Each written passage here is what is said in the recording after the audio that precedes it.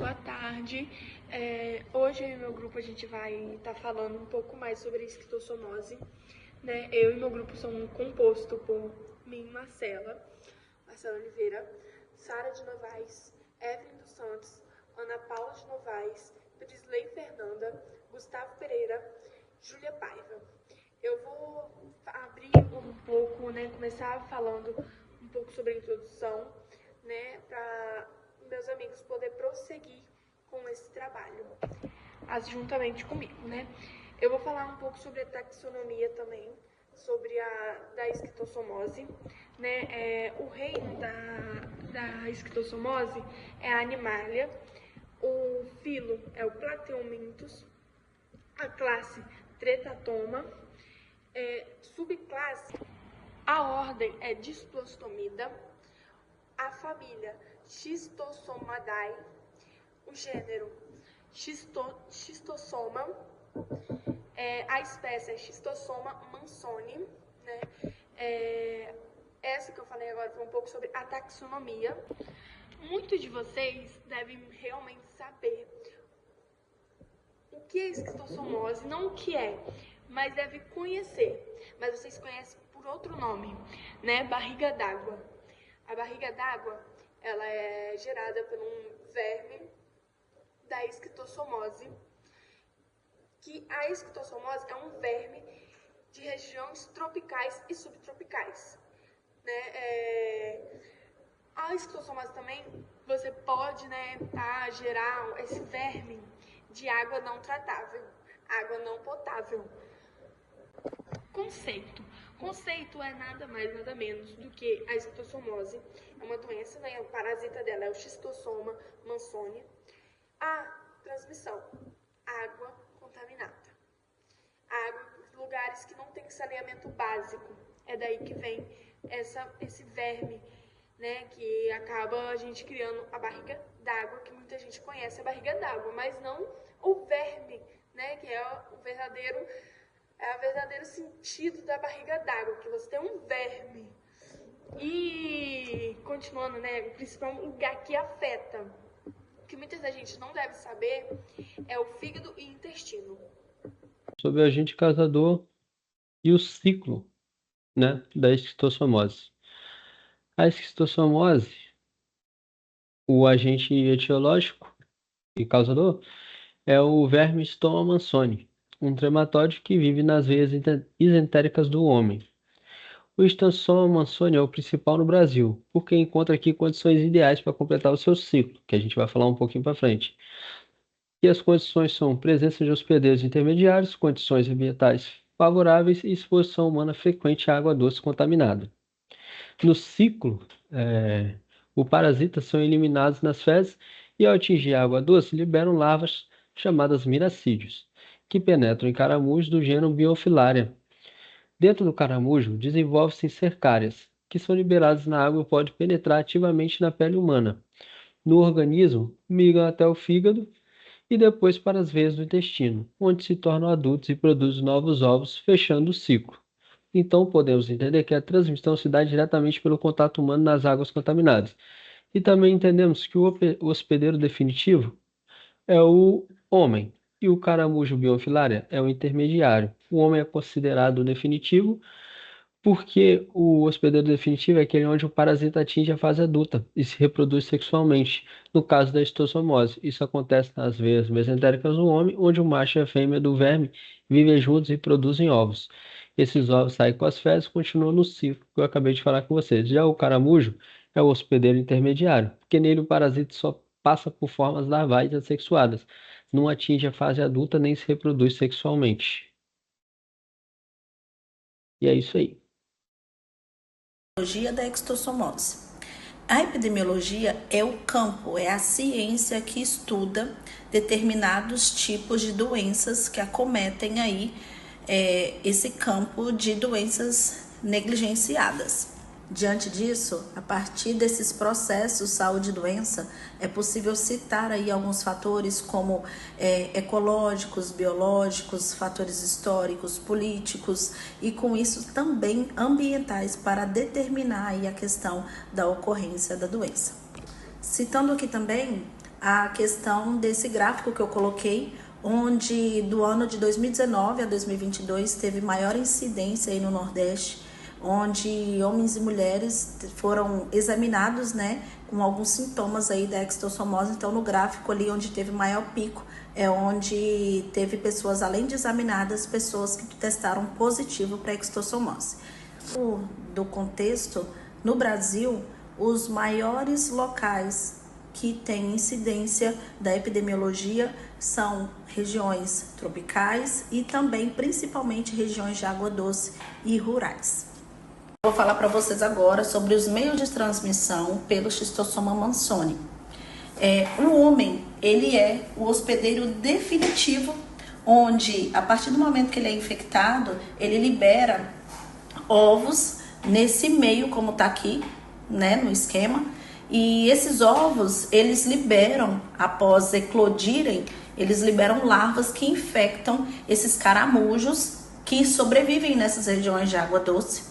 E com isso, essas larvas, elas ficam após 4 semanas, elas abandonam esses caramujos que são infectados em forma de cercária. E essa cercária acaba infectando novamente o indivíduo, que é o homem, e repetindo todo esse... Bom, eu vou falar sobre os sinais e sintomas. O que acontece? A doença ela pode se dividir em 3 fases. A fase crônica, aguda e grave. Bom, nessa fase, a diarreia torna-se constante, alternando com prisão de ventre, e nela pode acontecer de aparecer sangue nas fezes.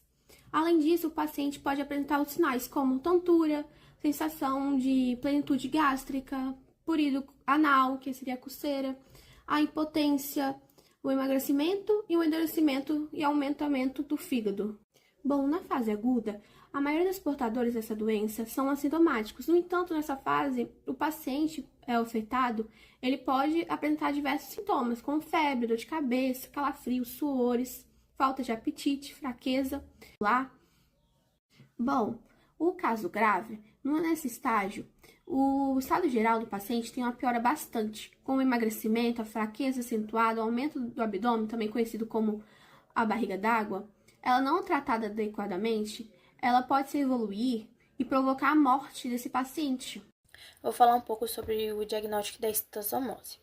O diagnóstico é fundamental para identificar precocemente infecções, tratar os pacientes e evitar complicações.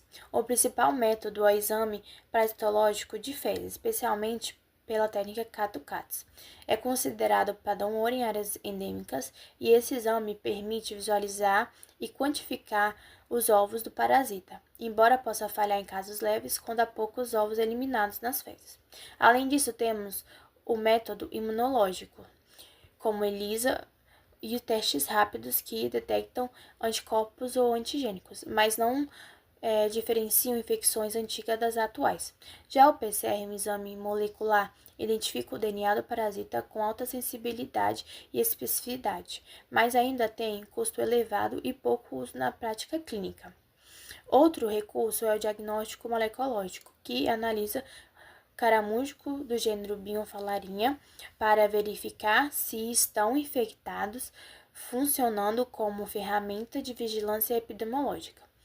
O diagnóstico clínico e por imagem também é importante. Sintomas como dor abdominal e diarreia podem levar à suspeita, e a ultrassonografia pode ajudar a avaliar complicações como fibrose no fígado e o aumento do basto. O diagnóstico da esquistossomose deve ser feito de forma integrada, unindo exames laboratoriais, clínicos de imagem e de vigilância, garantindo maior precisão e melhor acompanhamento da doença. Me chamo Evelyn, vou estar falando sobre o tratamento da esquistossomose. O tratamento é a parte essencial para evitar complicações futuramente, virando um caso grave também. O tratamento consiste de um médico verificar se há sinais de infecções e para formar graves ultrassons. Isso, ou seja, o medicamento e a internação, uma cirurgia, só pode acontecer através de uma indicação do médico. Em casos menos graves,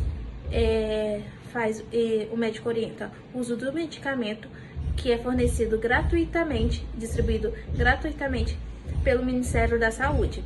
O nome desse medicamento é de uma única dose, é o Praziquantel, que consiste em um medicamento de 60 miligramas, apenas como uma dose, como havia dito, e causando a reação como náuseas, o orientado, né, que fica de repouso 3 horas por conta que causa náusea, e os efeitos colaterais são diarreia e dores na barriga. Para crianças são apenas 60 miligramas, para adulto 50 miligramas, que é o indicado.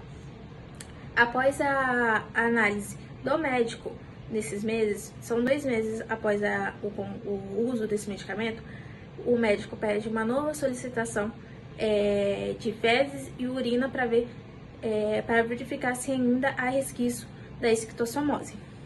O tratamento foi efetivo para o 57 pessoas não tratadas, que não há conhecimento talvez do tratamento.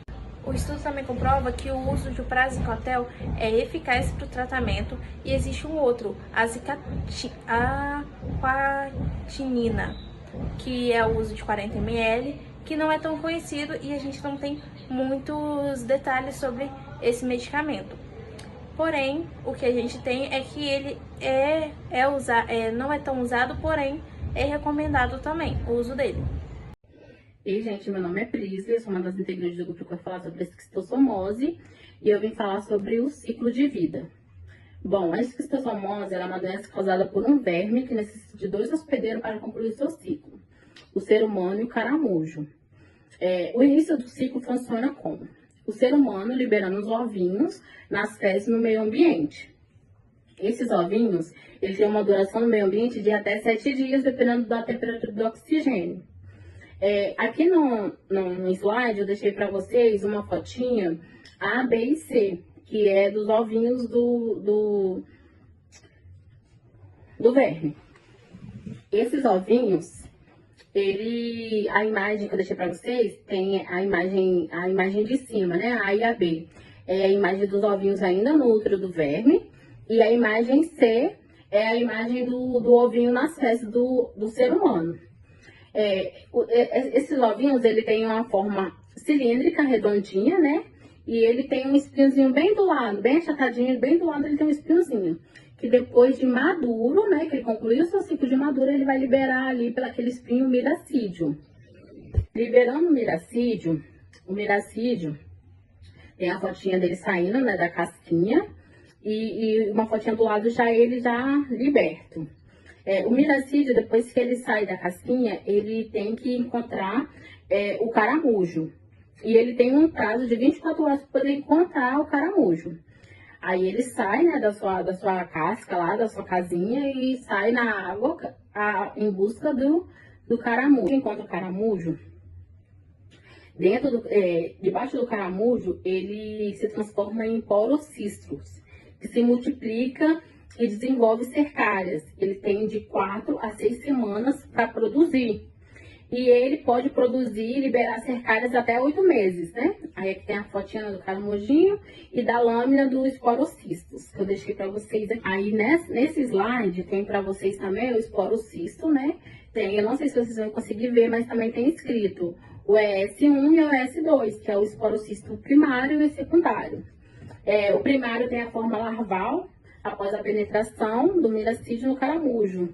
Ele não possui boca nem sistema digestivo, e sua função exclusivamente reprodutiva e sexual origina nos esporocistos secundários. Aí embaixo já é os esporocistos secundários.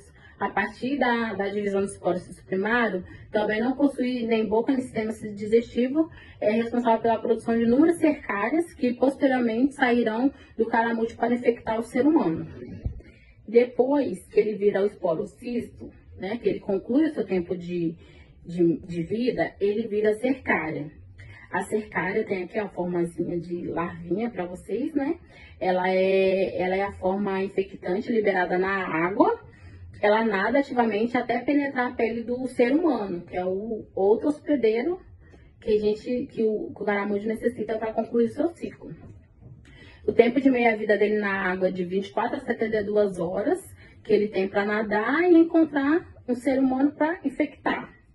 Aí eu deixei aqui para vocês 4 fotinhas dele, né, da forma que ele é, o tamanho certinho, para você estar vendo, para a gente dar continuidade ao ciclo de vida.